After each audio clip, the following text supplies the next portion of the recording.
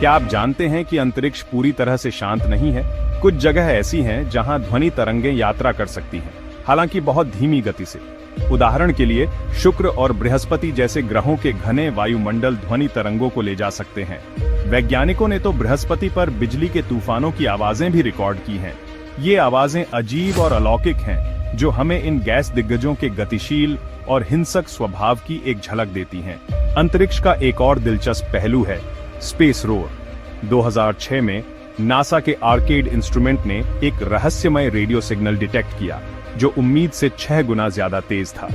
यह space roar अभी भी एक रहस्य बना हुआ है, जो ब्रह्मांड की पहेली को और भी गहरा करता है। कुछ वैज्ञानिकों का अनुमान है कि यह दूर स्थित गैलेक्सीज से आने वाले रेडियो एमिशंस का मिश्रण हो सकता है, जबकि कुछ का मानना है कि यह कुछ पूरी तरह से अनजान हो सकता है। कल्पना कीजिए, अंतरिक्ष का विशाल विस्तार एक अजीब अनजानी गर्जना से भरा हुआ। यह क्या हो सकता है? संभावनाएं अनंत हैं, और ये रहस्य आज भी वैज्ञानिकों को हैरान करता है। ये कॉस्मिक रोर हमें याद दिलाता है कि हमें अभी भी ब्रह्मांड के बारे में कितना कुछ सीखना बाकी है। क्या यह किसी नई खोज का सुराग हो सकता है, या ब्रह्मांड की पहेली का बस एक और टुकड़ा? केवल समय और आगे की खोज ही बताएगी। चलो ब्लैक होल्स के बारे में बात करते हैं। ये ब्रह्मांडीय दैत्य अपने अत्यधिक गुरुत्वाकर्षण बल के लिए जाने जाते हैं, लेकिन क्या आप जानते हैं कि ये ध्वनि भी उत्पन्न कर सकते हैं? 2003 में खगोलविदों ने पता लगाया कि पर्सियस गैलेक्सी क्लस्टर में मौजूद महाकाय ब्लैक होल ध्वनि तरंगे उत्सर्जित करता है। ये तरंगे मध्य सी से 55 ऑक्टेव्स नीचे की आवृत्ति पर हैं, जो मानव श्रवण सीमा से बहुत दूर है।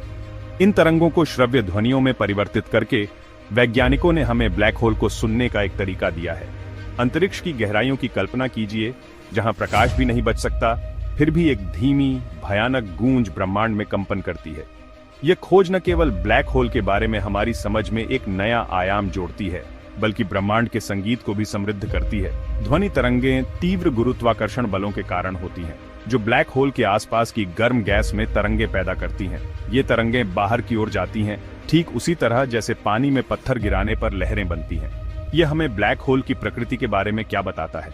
ये बताता है कि अंतरिक्ष के शांत शून्य में भी ये ब्रह्मांडीय दैत्य शांत नहीं है। ये गतिशील, सक्रिय हैं और अपने वातावरण के साथ लगातार संपर्क में हैं। पर्सियस में ब्लैक होल की आवाज एक याद दिलाती है कि ब्रह्मांड ऐसी घटनाओं से भरा है जो ध्वनि और मौन के बारे में हमारी धारणाओं को चुनौती देती हैं। तो अगली बार जब आप ब्लैक होल के रहस्यों पर विचार करें, तो याद रखें, हो सकता है कि वे एक ऐसा गाना गा रहे हों जिसे हम अभी तक नहीं सुन सकते। बने रहें, क्योंकि ब्रह्मांड के पास हमेशा और भी बहुत कुछ है जो हमें बताना बाकी है। चलो अंतरिक्ष में ध्वनि के एक और आश्चर्यजनक स्रोत के बारे में बात करते हैं, कॉस्मिक माइक्रोवेव बैकग्राउंड या CMB। CMB असल में बिग बैंग की एक धीमी सी रोशनी है, एक हल्की सी रेडिएशन जो पूरे ब्रह्मांड में फैली हुई है। इसे समय की शुरुआत से आती हुई एक कॉस्मिक फुसफुसाहट की तरह समझो, जो अंतरिक्ष के विशाल विस्तार में गूंज रही है। CMB का अध्ययन करके वैज्ञानिक शुरुआती ब्रह्मांड की स्थितियों के बारे में जान पाए हैं। इस रेडिएशन में छोटे छोटे उतार चढ़ाव होते हैं, तापमान और घनत्व में छोटे छोटे बदलाव, जिन्हें ब्रह्मांड के जन्म की आवाज माना जा सकता है। ये उतार चढ़ाव ब्रह्मांड की उत्पत्ति के बारे में बहुमूल्य जानकारी प्रदान करते हैं, जो हमें बिग बैंग के ठीक बाद के क्षणों की झलक दिखाते हैं। CMB एक टाइम कैप्सूल की तरह है, उस समय की एक निशानी जब ब्रह्मांड सिर्फ कणों का एक गर्म घना सूप था। जैसे जैसे ब्रह्मांड का विस्तार हुआ और यह ठंडा हुआ, इन कणों ने पहले परमाणुओं का निर्माण किया और प्रकाश अंततः स्वतंत्र रूप से यात्रा करने में सक्षम हो गया, जिससे आज हम CMB देखते हैं। इन उतार चढ़ावों को ध्वनि में परिवर्तित करके वैज्ञानिकों ने प्रारंभिक ब्रह्मांड का एक श्रवण प्रतिनिधित्व बनाया है। यह ऐसा है जैसे हम बिग बैंग की गूंज सुन सकते हैं, एक आदिम सिम्फनी जो अरबों वर्षों से बज रही है। तो अगली बार जब आप रात के आकाश की ओर देखें, तो याद रखें कि ब्रह्मांड केवल एक शांत शून्य नहीं है, यह अपनी रचना की गूंज से भरा है, जो ब्रह्मांड के गतिशील और हमेशा बदलते स्वभाव का प्रमाण है। हमारे साथ बने रहें, क्योंकि हम ब्रह्मांड की छिपी हुई ध्वनियों को एक एक करके उजागर करते रहेंगे। अंतरिक्ष में सबसे विनाशकारी घटनाओं में से एक होती है सुपरनोवा।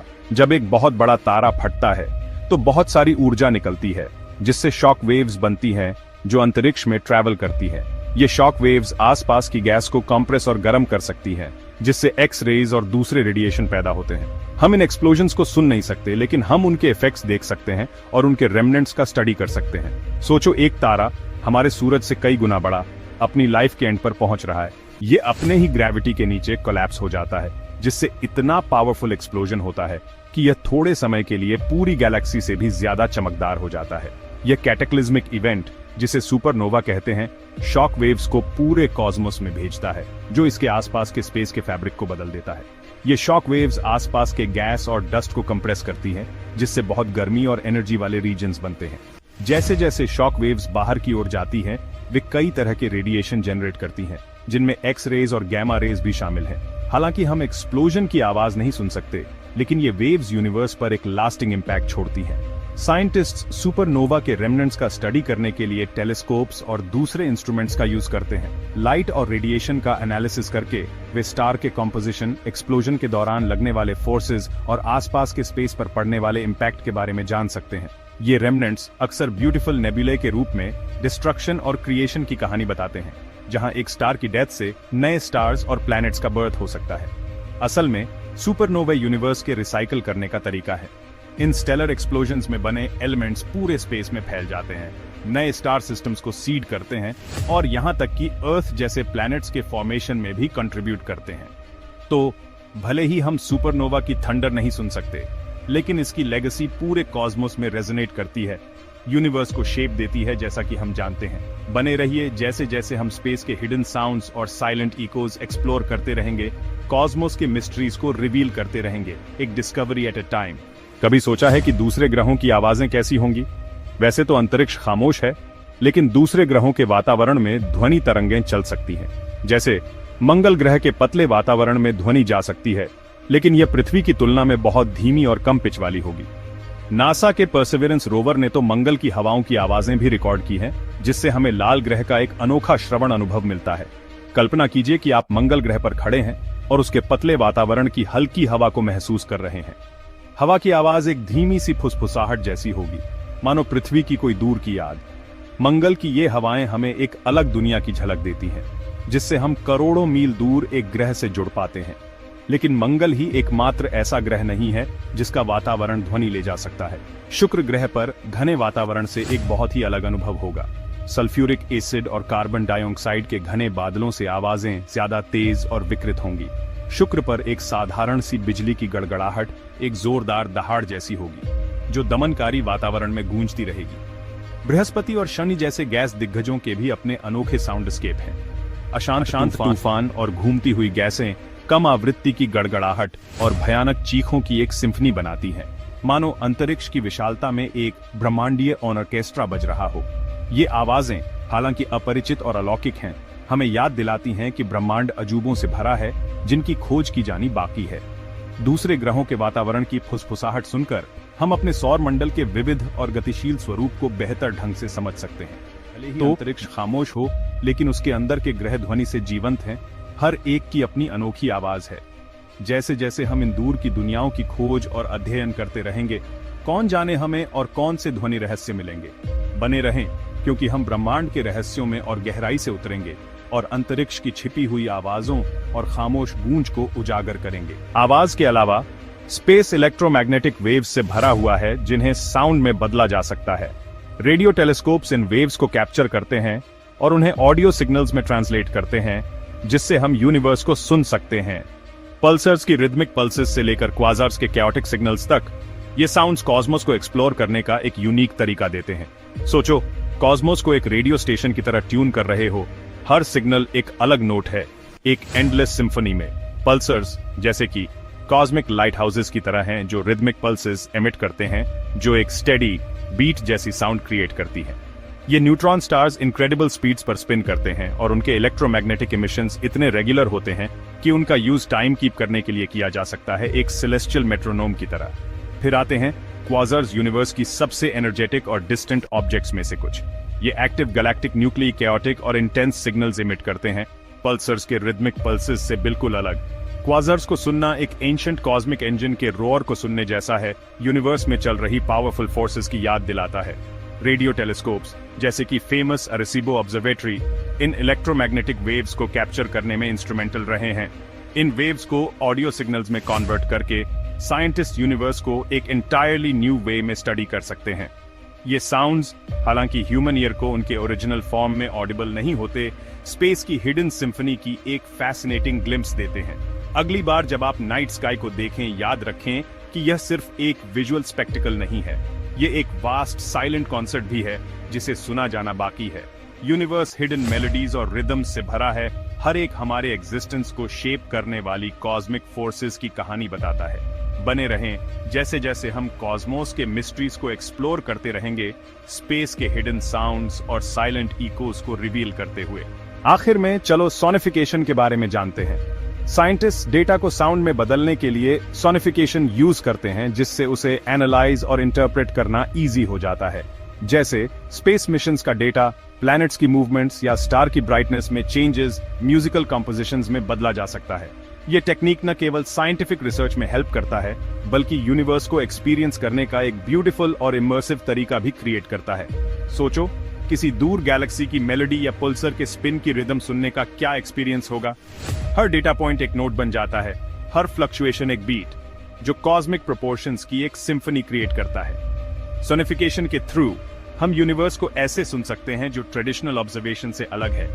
रॉ डेटा को एक ऑडिटरी एक्सपीरियंस में बदल देता है, जो हमारे अंदर के वंडर के सेंस से रेजोनेट करता है। स्टार्स के सबटल ऑसिलेशन से लेकर गैलेक्सी क्लस्टर के कॉम्प्लेक्स इंटरैक्शंस तक कई फिनोमेना को स्टडी करने के लिए सोनिफिकेशन का यूज किया गया है।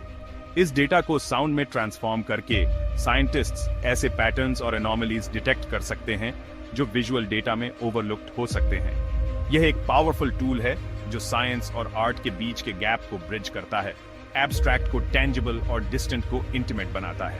एग्जाम्पल के लिए नासा के चैंड्रा एक्स-रे ऑब्जर्वेटरी ने ब्लैक होल्स और सुपरनोवे के एक्स-रे डेटा को हॉन्टिंगली ब्यूटीफुल कॉम्पोजिशंस में बदल दिया है। ये साउंड्स कॉस्मिक इवेंट्स पर एक नया पर्सपेक्टिव देते हैं, जिससे हमें यूनिवर्स के सबसे ड्रामेटिक मोमेंट्स सुनने का मौका मिलता है। अगली बार जब आप नाइट स्काई की तरफ देखें तो याद रखें कि यूनिवर्स सिर्फ एक साइलेंट वॉइड नहीं है। सोनिफिकेशन के आर्ट के थ्रू हम कॉस्मिक सिम्फनी को ट्यून कर सकते हैं और स्पेस की हिडन मेलोडीज को एक्सपीरियंस कर सकते हैं। हमारे साथ बने रहें, क्योंकि हम कॉस्मोस के मिस्ट्रीज में और डीपली डेल्व करते हैं, हमारे यूनिवर्स को शेप देने वाले साउंड्स और साइलेंसेस को रिवील करते हैं। अंतरिक्ष विशाल, रहस्यमय और भयानक रूप से शांत, लेकिन क्यों? हम एक ऐसी दुनिया में रहते हैं जो साउंड से भरी है। बातचीत से लेकर म्यूजिक तक, पत्तों की सरसराहट से लेकर रॉकेट्स की गर्जना तक। लेकिन स्पेस में कदम रखो और अचानक सब कुछ बदल जाता है। हम स्पेस में कुछ क्यों नहीं सुन सकते? क्या वहां साउंड सचमुच मौजूद नहीं है? चलो पता करते हैं। ये समझने के लिए कि स्पेस साइलेंट क्यों है, हमें यह समझने की जरूरत है कि साउंड क्या है। ध्वनि एक मैकेनिकल वेव है, एक कंपन जो हवा, पानी या ठोस पदार्थ जैसे माध्यम से होकर गुजरता है। जब कोई वस्तु कंपन करती है तो यह प्रेशर वेव्स बनाती है जो इन माध्यमों से होकर गुजरती हैं। हमारे कान इन वेव्स को पकड़ते हैं और हमारा दिमाग इन्हें साउंड के रूप में समझता है। यहाँ मुख्य कारक एक मीडियम है। पृथ्वी पर साउंड हवा के माध्यम से यात्रा करती है, क्योंकि हवा के मॉलिक्यूल्स कंपन को ले जाते हैं। लेकिन स्पेस एक वैक्यूम है, इसमें कोई हवा नहीं है, कोई मॉलिक्यूल्स नहीं, साउंड वेव्स को ले जाने के लिए कुछ भी नहीं। इसलिए स्पेस में कोई भी आपकी चीख नहीं सुन सकता।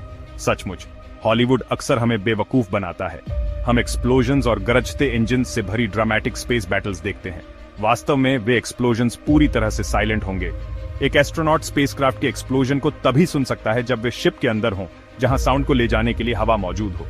तकनीकी रूप से हाँ, अंतरिक्ष एक परफेक्ट वैक्यूम नहीं है। कुछ रीजन्स में गैसें और धूल होती हैं, लेकिन वे इतनी पतली फैली होती हैं कि साउंड वेव्स प्रभावी ढंग से यात्रा नहीं कर सकती।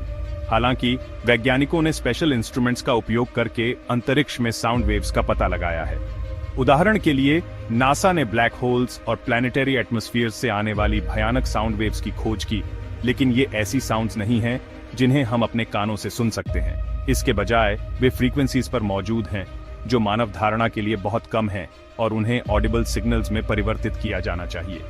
तो अंतरिक्ष यात्री अंतरिक्ष में कैसे बातचीत करते हैं? वे रेडियोस का उपयोग करते हैं। रेडियो तरंगें एक प्रकार की इलेक्ट्रोमैग्नेटिक वेव हैं जिसे यात्रा करने के लिए किसी माध्यम की आवश्यकता नहीं होती है। इसलिए स्पेस सूट्स में अंतरिक्ष यात्री अभी भी रेडियो ट्रांसमिशन के माध्यम से एक दूसरे से बात कर सकते हैं। अगर अंतरिक्ष में पृथ्वी जैसी हवा होती तो चीजें बहुत अलग होती। सोलर वाइंड्स की दूर की गड़गड़ाहट, बृहस्पति के गरजते तूफान या यहाँ तक कि कॉस्मिक कोलिजन्स की गूंज सुनने की कल्पना करो। लेकिन चूंकि स्पेस एक वैक्यूम है, सन्नाटा छाया रहता है। इसलिए अगली बार जब आप लाउड स्पेस बैटल्स वाली कोई साई-फाई मूवी देखें तो याद रखें, असली स्पेस साइलेंट है, लेकिन वह साइलेंस इसे और भी रहस्यमय और आकर्षक बनाता है। कॉस्मोस में और कौन से रहस्य छिपे हैं, मुझे कमेंट्स में बताएं और अधिक स्पेस मिस्ट्रीज के लिए लाइक और सब्सक्राइब करना न भूलें।